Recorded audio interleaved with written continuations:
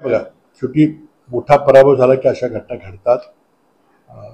5 वर्ष विरोधात बसावं लागेल अशी भीती प्रत्येकाला वाटते.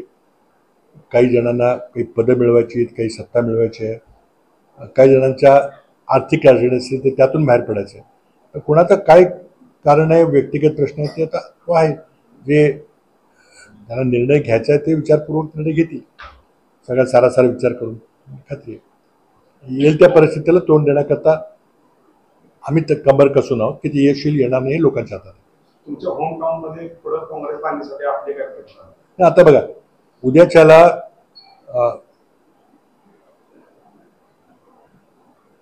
महाराष्ट्र प्रदेश काँग्रेस कमिटीनं निरीक्षक पाठवलेले आहेत. ते सातारला उद्या येत आहेत. प्रत्येक जिल्ह्यामध्ये निरीक्षक पाठवून आजची सद्य परिस्थिती कायचा अभ्यास करायचा चालेल. त्यामध्ये काही नेतृत्व बदल करायचा का नाही करायचा. तुम्ही ज्या उल्लेख केला की काही मंडळी पक्ष सोडून चाललेली आहेत, ही फक्त काँग्रेसमध्ये चालली असं नाही, इतर पक्षामधूनही ही प्रक्रिया चालू आहे.